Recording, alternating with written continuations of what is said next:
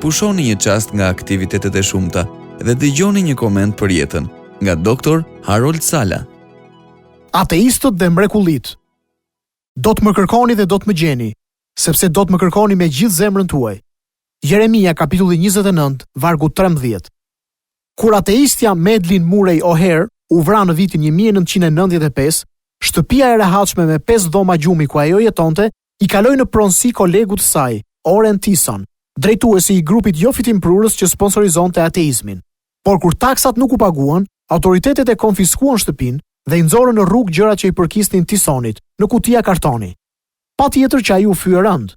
Në përgjigje, ai bëri një tabel nga një nga kutitë e kartonit ku shkroi: Ateisti pas 3, veterani i luftës së Vietnamit, pres një mrekulli.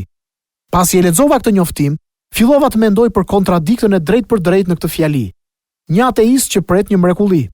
Ka gjasa që të ketë bëjë me përkufizimin, por ateistët nuk besojnë në mrekulli.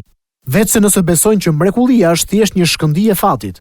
Mrekullitë përfshin të mbinatyrshmen, ndërprerjen e ligjeve normale nga një ligj më i lartë. Ateistët dhe mrekullitë kundërshtojnë dukshëm njëri tjetrin. Njëherë dikush ka thënë se ka 2 lloje ateistësh: ateistët e zakonshëm dhe ateistët e sertë.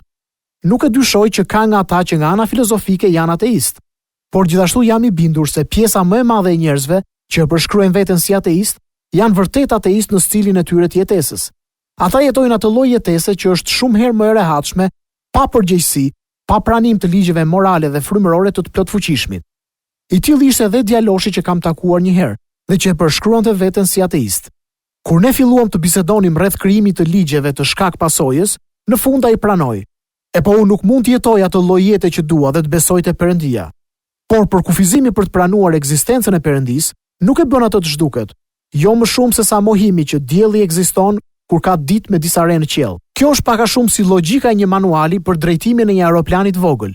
Poshtë paragrafit, çfarë të bësh nëse motori ka probleme, në manual thuhej: kur jeni 121 metra mbi tokë, ndisni dritat për uljen.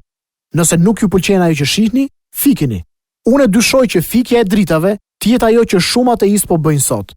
Por injorimi i Perëndis, duke jetuar sikur nuk kanë asnjë përgjegjësi apo përgjegjshmëri personale ndaj atyre që lëndojnë, nuk e eliminon praninë e tij dhe as nuk e shmang përgjegjësinë përfundimtare.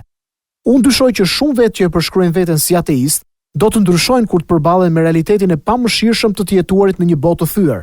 Unë jo dikë që e bëri këtë. Dëgjoni, ai ishte piloti i dytë me një mikun tim, kur aeroplani i tyre komercial u përball me një motë ashpër dhe ra nga një lartësi prej disa kilometrash. Kur po binin, Don Jacob, piloti, e dëgjoi pilotin e dytë, atë që thoshte se ishte një ateist. Tek thriste: "Zot na ndihmo." Doni nuk tha asgjë, por kur aeroplani u stabilizua, ai tha: "Ej, të dëgjova kur po i kërkoje ndihmë Perëndis. Unë mendova se ishe ateist." Disi zhgënjur piloti i dytë tha: "Ateizmi është i mirë në mod të mirë, por jo kur jemi në mod të keq. Nëse doni të dini më shumë për Perëndin, lexoni burimin origjinal, Biblën, duke filluar nga Ungjilli sipas Gjonit. Libri i C.S. Lewis me titullin Thjesht Krishtërim dhe libri i Josh McDowell me titullin Për çfarë flet Bibla mund t'ju japin ide të mëtejshme. Shumë kohë më parë Perëndia bëri një premtim. Ai tha: "Do të më kërkoni dhe do të më gjeni, sepse ju do të më kërkoni me gjithë zemrën tuaj." Jeremia 29:13. Kjo vazhdon të jetë e vërtetë edhe sot. Shpesh ateistët i ruajnë Perëndis, ashtu si një hajdut i ruhet policit, por Perëndia është ende aty. Ai është vetëm një thirrje e sinqertë e zemrës larg, që thot: "Zot, më trego kush je." Është qëndrimi i zemrës që e bën ndryshimin.